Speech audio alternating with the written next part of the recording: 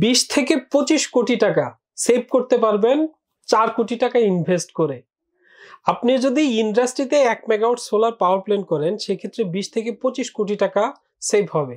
কি বিশ্বাস হচ্ছে না? আজকে আমরা এই ব্যাপারেই কথা বলবো। বাংলাদেশে সোলারের যে বাজার এবং সোলারের মাধ্যমে যে কত বেনিফিটেড হওয়া যায়, একজন ইন্ডাস্ট্রিয়ালিস্ট কিভাবে বেনিফিট হতে পারে, এই বিষয়গুলো নিয়ে আজকে আমরা কথা বলবো। আমি মুনকাসির Hossain Khan, eclipse engineering limited.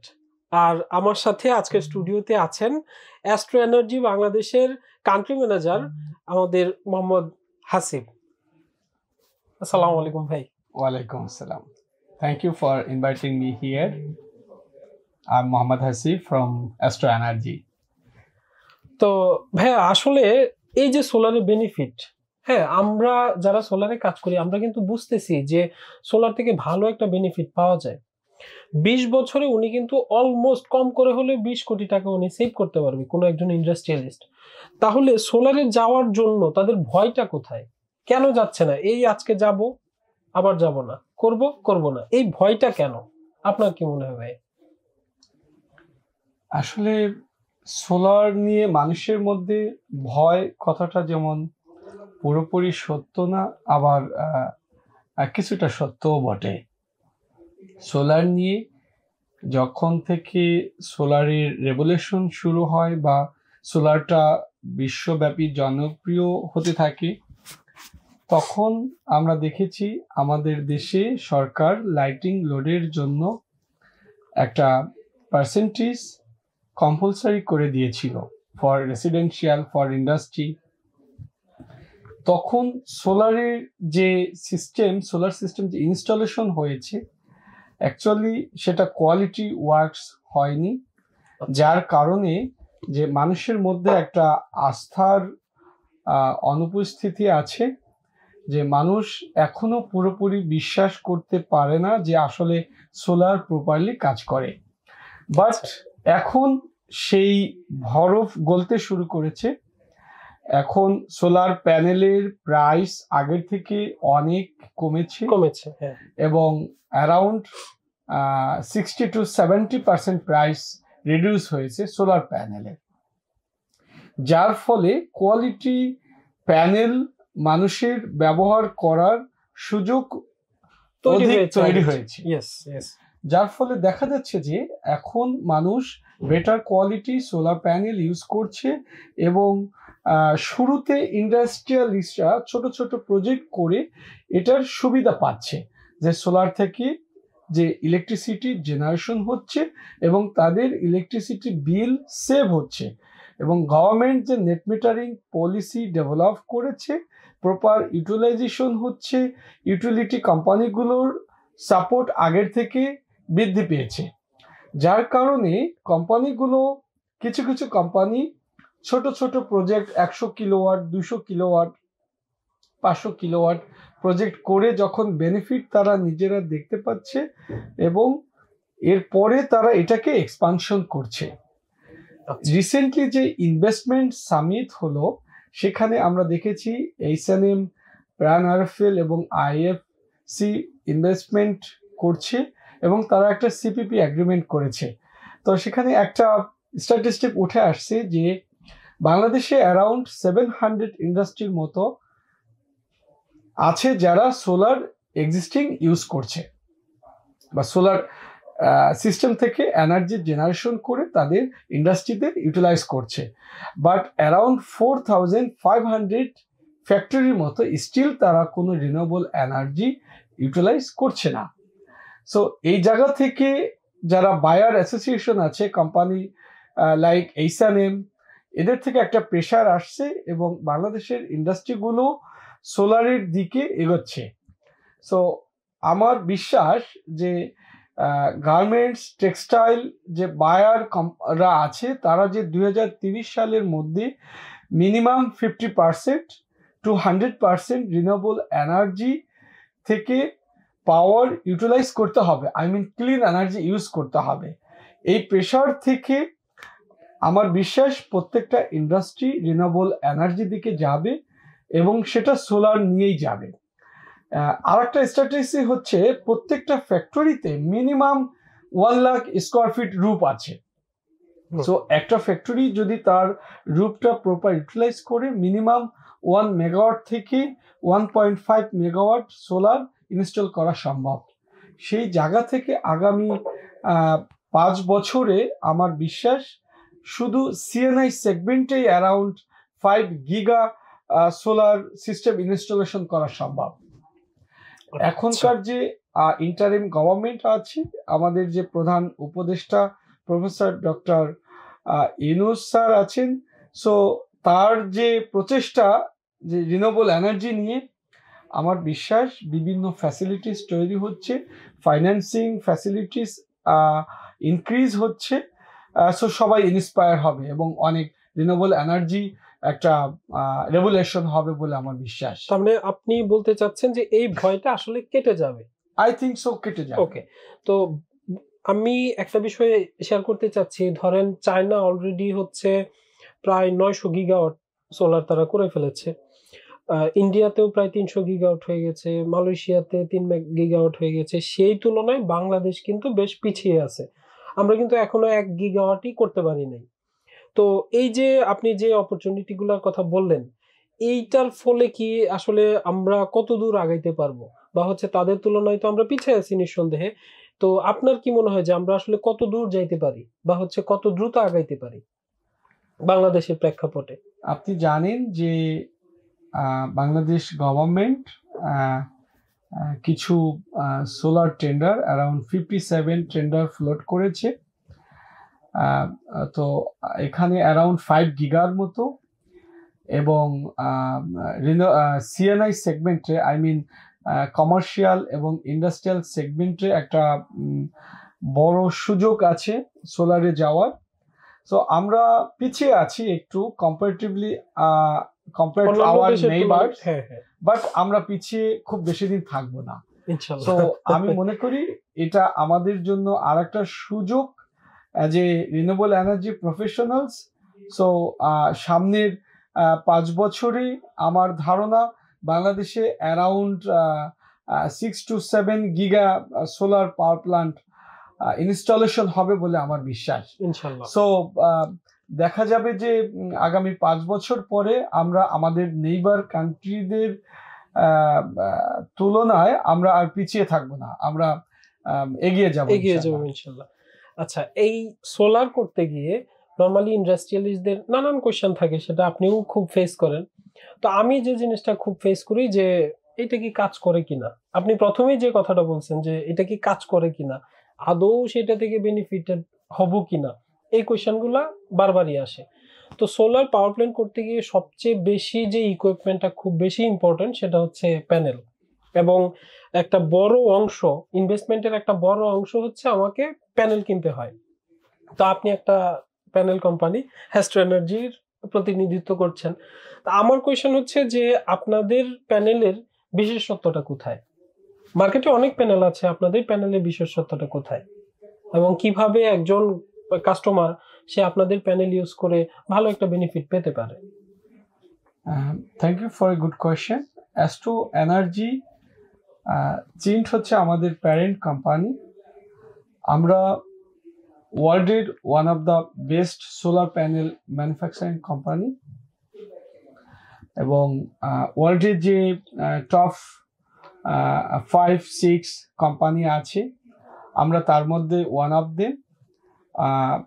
এবং অ্যাস্ট্রো এনার্জি এখন যে astro energy producing and supplying all over the world the best quality, best efficiency solar module and most reliable company. Even we are the vertical integrated company, from crystalline silicon to solar cell, solar module, junction box, DC cable. So everything আমাদের own house এ তৈরি হয়। So that is one of our strength, and also আমরা highest efficiency module produce করছি। Even we are offering the highest product warranty in the world. Like আপনি দেখবেন যে আমরা প্রোডাক্টের প্রোডাক্টের ওয়ার্কম্যানশিপ ওয়ারেন্টি দিচ্ছি 15 বছর, যেখানে মার্কেটে এটা সর্বোচ্চ। আচ্ছা, even performance warranty 30 years.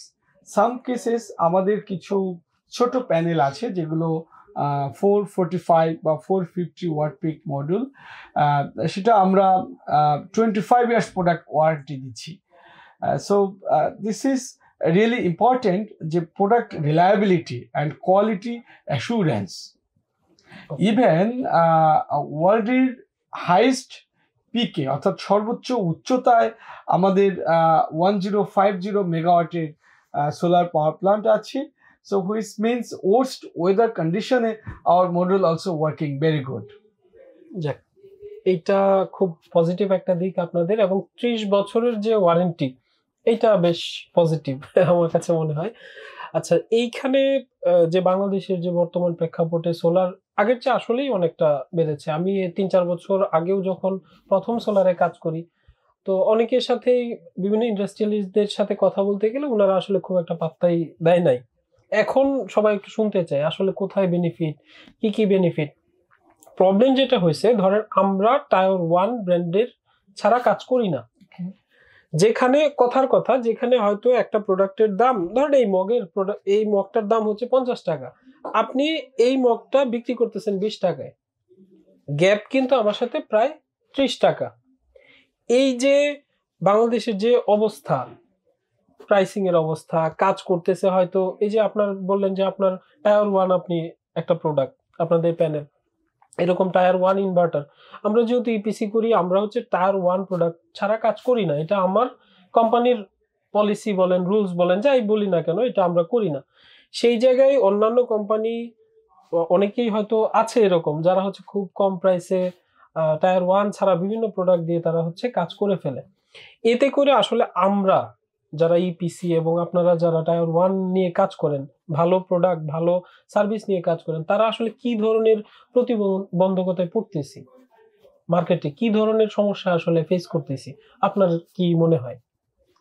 Honestly বাংলাদেশে অনেক ইপিসি আছে, অ্যারাউন্ড 60 to 70 ইপিসি আছে যারা সোলার সিস্টেম নিয়ে কাজ করছে। বাট কোয়ালিটি ইপিসি নাম্বার আসলে 60 to 70 না।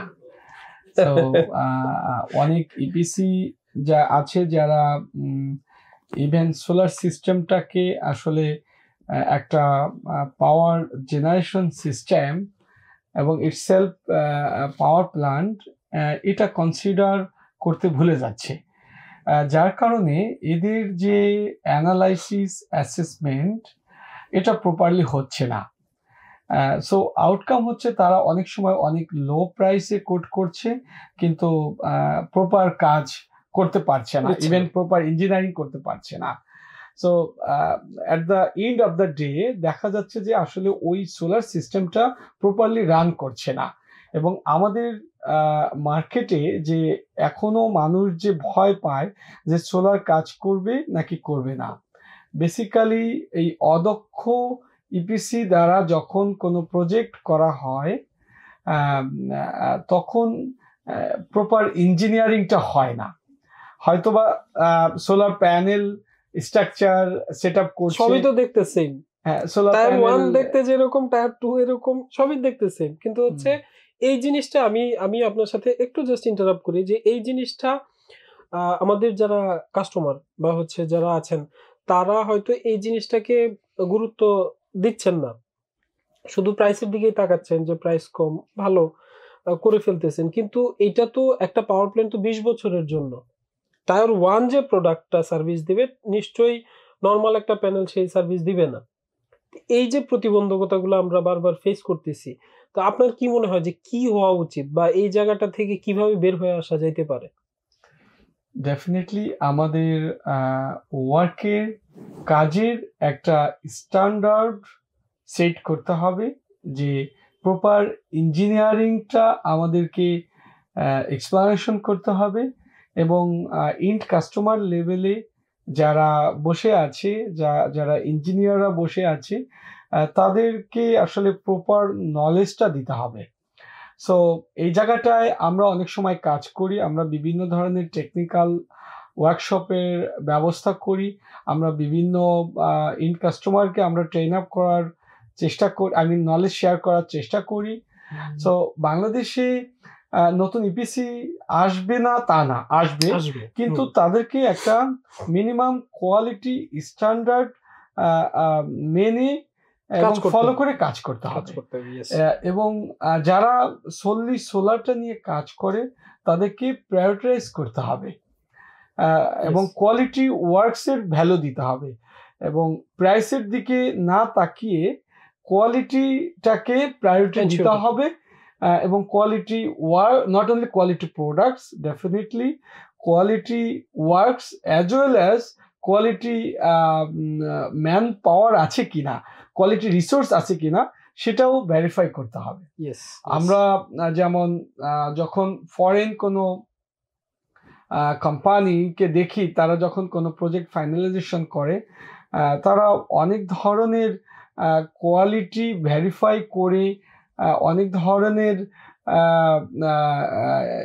International standard code of conduct follow করে তারা কাজগুলো করে, যার কারণে অনেক নিউ ইপিসি আসলেও তাদেরকে ওইটা মেনটেন করে আসতে হয়। এবং আপনি যে বলছিলেন যে প্রাইস ওয়্যার, আসলে প্রাইস ওয়্যার তো আছে এবং থাকবে, এটা ওয়ার্ল্ড ব্যাপী এটার ইম্প্যাক্ট আছে, কিন্তু তারপরেও আমাদের কোয়ালিটি ইস্যুটাকে ফার্স্ট প্রায়োরিটি রেখে দেন প্রাইসটা কম্পেয়ার করতে হবে। আমার বিশ্বাস যে একটা কোম্পানি যারা দীর্ঘ 10 বছর যাবৎ সোলার সেক্টরটাকে ডেভেলপ করছে, সোলার সিস্টেম নিয়ে কাজ করছে, তাদের প্রাইস এবং একটা নিউ ইপিসি এসে যখন প্রপোজাল করছে তাদের প্রাইস একটু ডিফারেন্স থাকবে।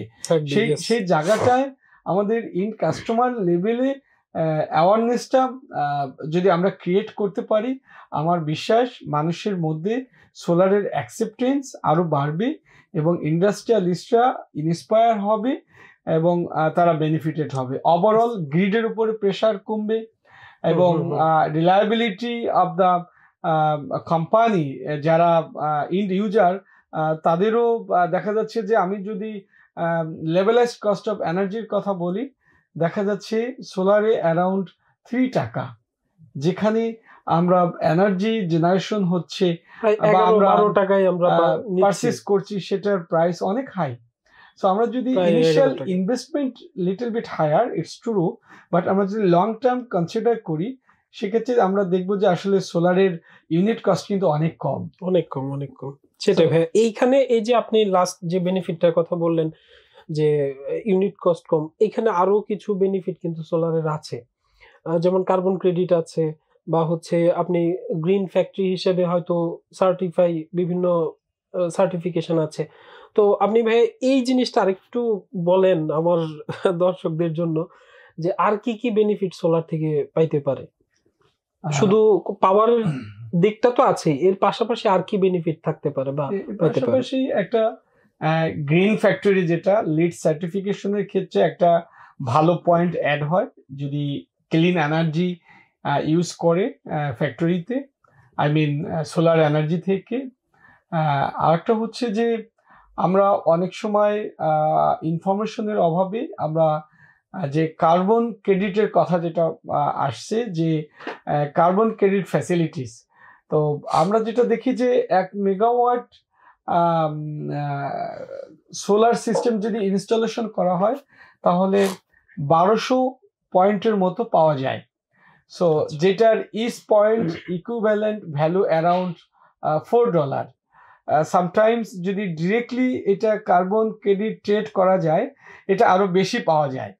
সেক্ষেত্রে দেখা যায় যে 1 বছরে 1 মেগাওয়াট সোলার থেকে যে পরিমাণ কার্বন ক্রেডিট সেল করে আর্নিং হয়, সেটা দিয়ে আপনার solar system maintenance, cleaning, installation, এটার যে অপারেশনাল মেইনটেনেন্স কস্ট আছে, এটা অনেকটাই কভার হয়ে যায়। সো এটা একটা অ্যাডিশনাল বেনিফিট সোলার থেকে পাওয়ার সুযোগ আছে। তাহলে ভাই এইখানে মোটা দাগে যদি বলি, একটা হচ্ছে যে গ্রিন সার্টিফিকেশনের জন্য ভালো একটা তাদের পয়েন্ট যোগ হচ্ছে, কার্বন ক্রেডিট থেকে ওনারা একটা টাকা পাচ্ছেন যারা যে ইন্ডাস্ট্রি সোলার করবেন। আর পাশাপাশি হচ্ছে সোলার করার ফলে ওই যে আপনি 3 টাকার কথা বললেন, 3 টাকা বা 4 টাকার মতো হয়তো ইউনিট কস্ট পড়বে। তো এর চেয়ে সুবিধা তো আমার মনে হয় না যে অন্য কোনো পাওয়ার প্ল্যান্ট বা কিছু করে এভাবে আসলে সুযোগ পাওয়া যাবে। আরেকটা বড় ব্যাপার হচ্ছে যে ইন্ডাস্ট্রিয়ালিস্ট নিজেই কিন্তু উনি পাওয়ার জেনারেশন করতেছেন। এটাও কিন্তু একটা বিরাট ব্যাপার যে আমি পাওয়ার জেনারেশন আমি নিজেই পাওয়ার জেনারেশন করতেছি। তো আজকে মোটামুটি আমরা সোলার নিয়ে কিছু কথাবার্তা বললাম। তো এইখানে একটু আমি অ্যাড করি যে আমাদের এই যে আজকের ভিডিও এইটার একটা স্পন্সরশিপ আছে ভাইয়া। সেটা হচ্ছে এটা হচ্ছে মিওরা।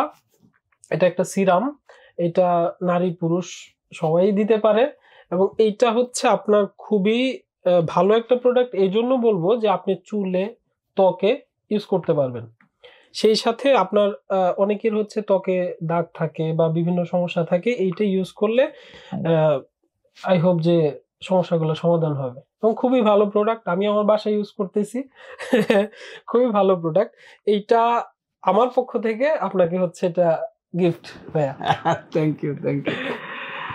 আচ্ছা, তো মোটামুটি আজকে আমরা সোলার নিয়ে বেশ কিছু কথা বললাম।